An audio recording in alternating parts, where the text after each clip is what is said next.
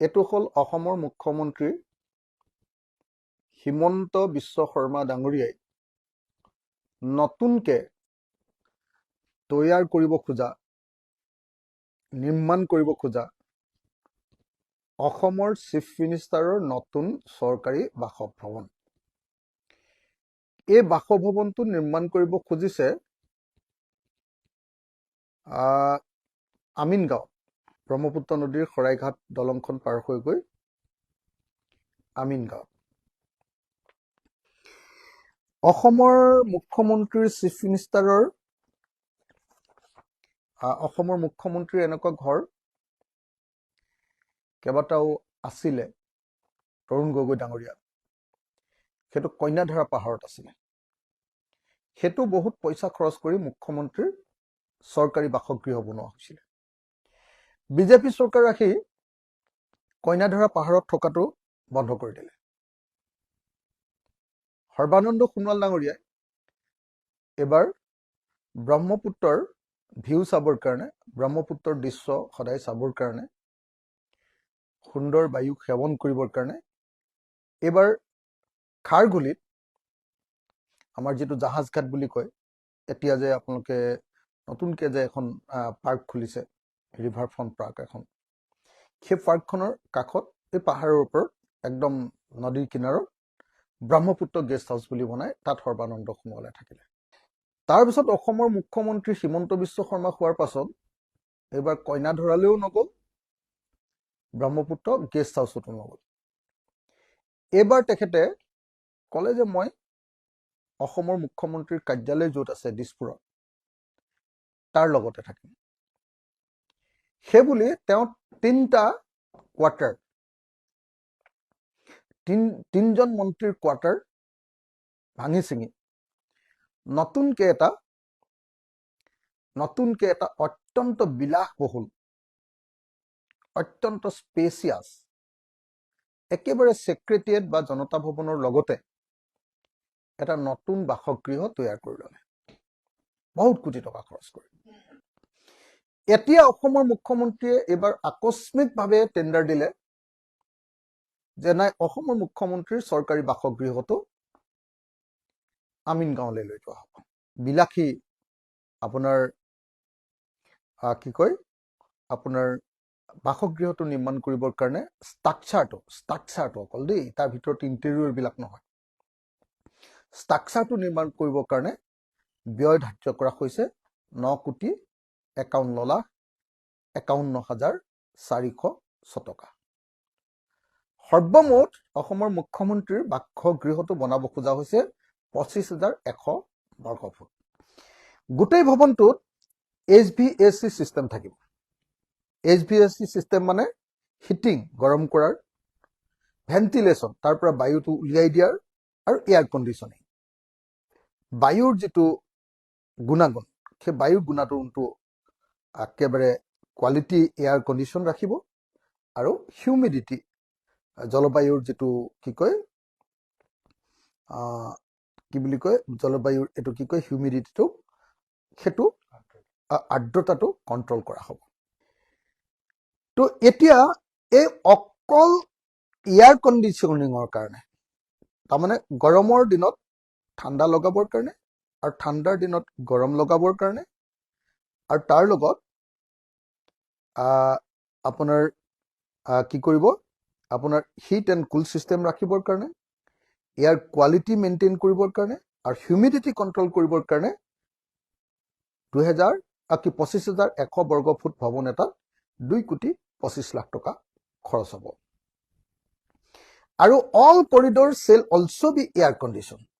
অকল ঘৰটোৱে যে এয়াৰ কণ্ডিশ্যন হ'ব নহয় এনেকুৱা, তাত যিবিলাক কৰিডৰ থাকিব, সোমাই যোৱা ৰাস্তা পদূলি যিবিলাক থাকিব, সেইবিলাকো সকলো এয়াৰ কণ্ডিশ্যন কৰা হ'ব। এতিয়া এনেতো মানুহে ক'ব যে ঠিকে আছে, যে অসমৰ মুখ্যমন্ত্ৰীৰ ঘৰটো, বাসগৃহটো ভালেই লাগে, ভাল ঘৰ এটা হ'লেই ভাল। কিন্তু মই আপোনালোকক ক'ব খুজিছো যে য'ত আমাৰ মুখ্যমন্ত্ৰীৰ কাৰণে 3টা বাসভৱন আছে, কইনাধৰা, ব্ৰহ্মপুত্ৰ গেষ্ট হাউচ আৰু আমাৰ সেক্ৰেটাৰিয়েট বা জনতা ভৱনত এতিয়া তিনিজন মন্ত্ৰীৰ বিল্ডিং লগ লগাই এটা বাসগৃহ।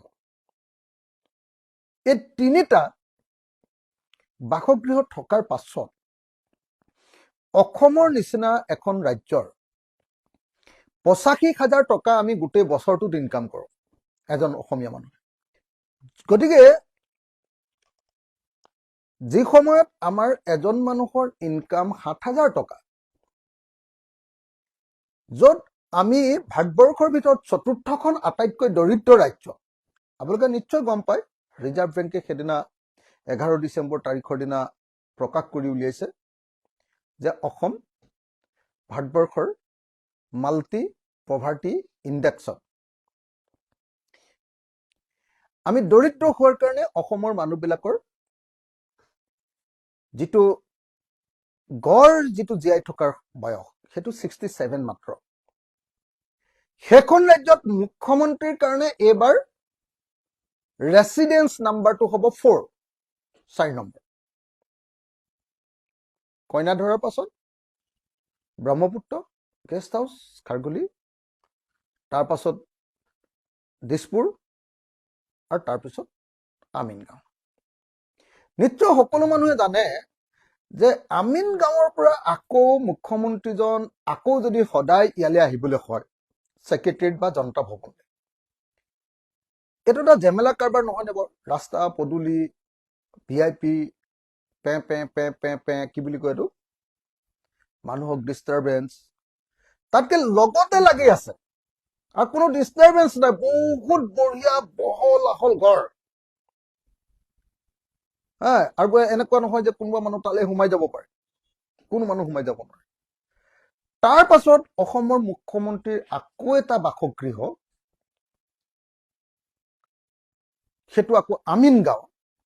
কাৰ লগত কথা পাতি কৰিলে কওক? অসমৰ মুখ্যমন্ত্ৰীজনৰ কাৰ লগত কথা বাৰ্তা নাই?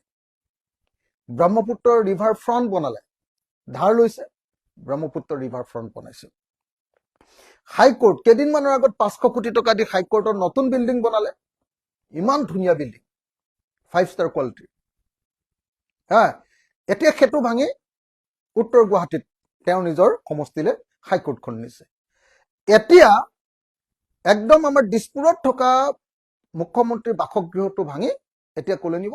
এবাৰ অসমৰ মুখ্যমন্ত্ৰীৰ যিটো সমষ্টি তালৈ নিবলৈ চেষ্টা কৰিছে। ফেঞ্চি বজাৰখন, ফাঁচী বজাৰখন, সেইখন চিফ্ট কৰিব খুজিছে। এই মুখ্যমন্ত্ৰীজনে এনেকৈ প্ৰত্যেকটো ক্ষেত্ৰতে কেৱল ধাৰ আৰু ধাৰ লৈ, কেৱল ধাৰ আৰু ধাৰ লৈ। তৰুণ গগৈ ডাঙৰীয়াৰ দিনলৈকে অসমৰ ধাৰ আছিলে 42,000 কোটি টকা, 42,000 কোটি টকা। স্বাধীনতাৰ পাছৰ পৰা তৰুণ গগৈ চৰকাৰৰ দিনলৈকে 42,000 কোটি টকা। এইবাৰ ৰিজাৰ্ভ বেংকে হিচাপ দিলে, যোৱা 11 ডিচেম্বৰ তাৰিখৰ দিনা হিচাপ দিলে যে 31 মাৰ্চ 2025লৈকে অসমৰ ধাৰ হ'লগৈ 1,77,000 কোটি টকা।